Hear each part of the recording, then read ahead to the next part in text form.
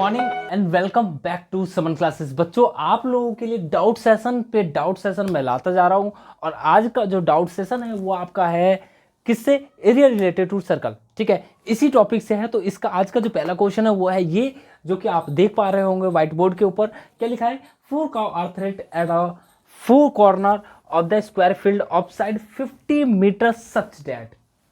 क्या कह रहा है? Each can graze the maximum unshaded area, what area will be left graze. मतलब कि आपका एक स्क्वायर फील्ड है, ठीक है। आप मान के चलिए कि एक खेत है आपके पास, ठीक है।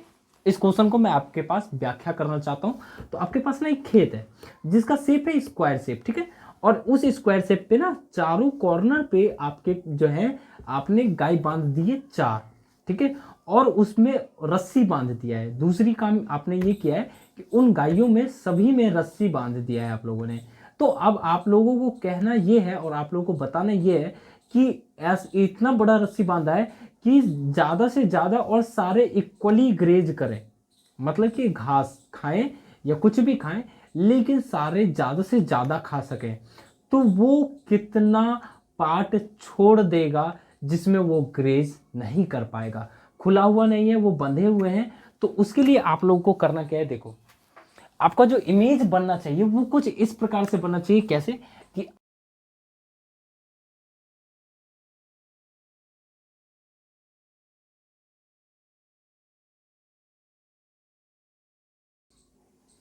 तो जैसा कि आप इस इमेज के अंदर देख पा रहे हो, क्या कुछ देख पा रहे हो? देखो, आपने ना यहाँ एक गाय बांधी, यहाँ एक गाय बांधी, यहाँ एक गाय बांधी है और यहाँ पे एक गाय बांध रखी है और रस्सी से बांध रखा है इक्वली और ज्यादा से ज्यादा बांध रखा है। मतलब कि आपसे कहा है कि अगर इसकी साइड जो है वो है आपकी 50 मीटर की, तो आप लोगों ने जाहिर सी बात है कि 25 मीटर का और इधर 25 मीटर का आपने क्या बांध रखा होगा? रस्सी बांध रखा होगा। मैं ना आप लोगों को अच्छे तरीके से समझाना चाहता हूँ, इसलिए ना मैं इतना कैजुअली समझा रहा हूँ। तो उन सारी चीजों को ना आपको ध्यान में रखना है। क्वेश्चन कैसे करना है, क्वेश्चन कैसे पढ़ना है, वो हमारी बात की बात होती है। सबसे पहला काम होता है क्वेश्चन को समझना, ठीक है। तो ये जो रिमेनिंग फील्ड बच गया वो कितना एरिया बचेगा, तो उसके लिए हमें क्या करना चाहिए और क्या नहीं। आप जाहिर सी बात है, आप जानते हो गए कि अगर ये स्क्वायर है तो ये एंगल 90 90 का ही होगा। यस और नो? 90 90 एंड 90, सारे ही एंगल 90 90 के होंगे, है ना। अच्छा जी, अब 90 90 के एंगल है, बीच में जो आपका बच गया वो अनशेडेड रीजन बच गया है। तो हमें उस अनग्रेज रीजन जिसमें मैंने शेड कर दिया है वो फील्ड रहा होगा, जो कि क्या रहा होगा? जिसमें घास ना खाया हो या फिर जिसमें गाय घास ना चरा हो। तो आप लोगों को करना क्या है? देखो, आप लोगों को करना यह है कि आप लोग इस स्क्वायर का फील्ड का एरिया निकाल दो। उसके बाद इसने खाया कितने में वो निकाल दो और उसे कर दो 4 से मल्टीप्लाई, क्योंकि सारे इक्वली ही खा रहे हैं, ठीक है। और उस स्क्वायर के फील्ड से कर दो माइनस। या फिर आप डायरेक्टली भी कर सकते हैं। कैसे करेंगे? अगर मैं बात करूं एरिया ऑफ अनग्रेज्ड रीजन, अगर मैं इसकी बात करूं तो आपका ये क्या हो जाएगा? Area of square. सीधे सीधे आप लिखेंगे क्या? एरिया ऑफ फील्ड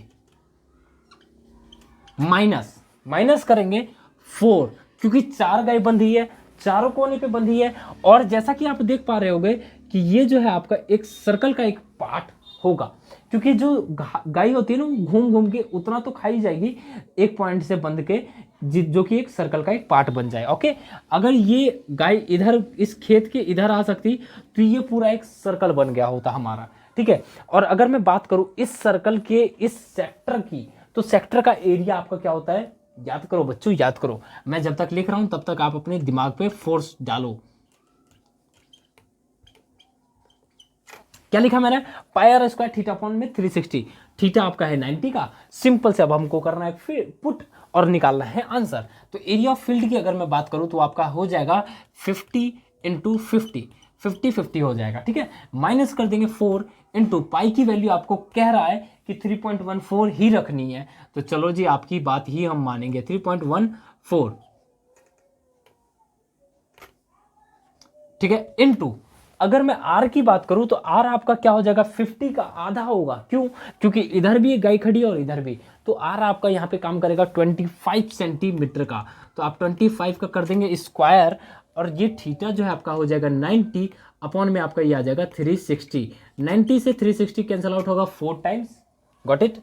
चलो 25 है और यहाँ पे 50 है। अगर मैं 25 का स्क्वायर कॉमन लेना चाहूँ तो मैं ले सकता हूँ, कोई दिक्कत की बात नहीं है। इस 4 से ये 4 कैंसिल आउट होगा, कर सकता हूँ मैं, ठीक है।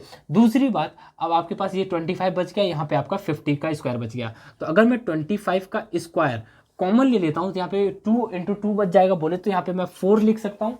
समझते जाओ, कैलकुलेशन ना ऐसे ही करना बोर्ड के अंदर भी बहुत आसानी से आप कर पाओगे, ठीक है। इतना वास्ट मल्टीप्लाई करने की जरूरत नहीं है, करोगे तो आप गलती कर सकते हो, लेकिन आप इसी चीज़ की अगर आप इसी हिसाब से प्रैक्टिस करने लगते हो, कॉमन लेना, कॉमन लेके मल्टीप्लाई करना, कॉमन लेके बाहर निकालना, कौन सा कॉमन है, ऐसे करना, जितना ज़्यादा आप एक्स्ट्रा करोगे उतना अच्छे से आप कर पाओगे, ठीक है। आपका ये 4 अंदर बच गया, माइनस ये आपका हो गया 3.14, और इधर आपका और कुछ बचा नहीं है। तो अगर मैं 5 का स्क्वायर निकालूं तो आपका होता है 625 इंटू 4 में से अगर मैं 3.14 को कर देता हूं माइनस, तो आपका कितना आ जाएगा 0.86। और अगर मैं 0.86 में 625 से करता हूं मल्टीप्लाई, तो मेरा आंसर आएगा डैश, और उस डैश का आंसर आप लोगों को खुद बताना है कि आपका क्या आएगा। और दूसरी बात, जो भी आपका आंसर आएगा ना बच्चों, वो आपका आएगा किसके अंदर, मीटर में स्क्वायर के अंदर। तो आप लोगों का आंसर क्या आ रहा है कमेंट करके मेरे को बताओ, तब तक मैं नेक्स्ट क्वेश्चन उतारता हूँ, वो इससे भी मजेदार है और जल्दी से समझने वाली बात है।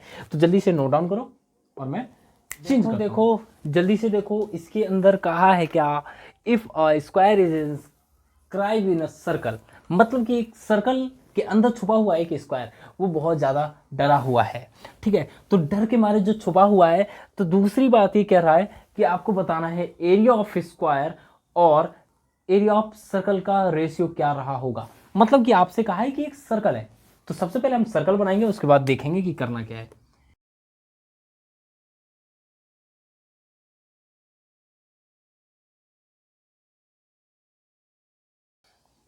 तो जैसा कि आप एक इमेज देख पा रहे हो, क्या देख रहे हो, कुछ देख रहे हो, आप देखते कब हो यार, सही से देखो क्या दिख रहा है आपको, कि एक सर्कल है, उसके अंदर में एक स्क्वायर है, ठीक है, और इसका डायगोनल और इसका डायमीटर दोनों ही सेम है, ठीक है। अच्छा, अब मैंने आपसे कहा कि ये जो सर्कल है ना, क्या ये जो सर्कल है उसका कुछ ना कुछ एरिया रहा होगा, और उसके अंदर में जो स्क्वायर है उसका भी कुछ ना कुछ एरिया रहा होगा।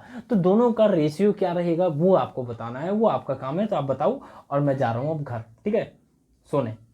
ऐसा ही मन हो रहा है ना? बिल्कुल नहीं, सुनो आप ध्यान से, कैसे बताना है। अगर मैं बात करूं इस सर्कल के एरिया की, तो अगर मैं मान लेता हूं कि let the radius of circle we are centimetre या फिर आर मीटर, ठीक है, आर यूनिट भी मान सकते हैं आप, कोई दिक्कत की बात नहीं है, ठीक है। दूसरी बात, अगर मैंने इसका रेडियस आर माना है, तो डायमीटर क्या हो जाएगा, देन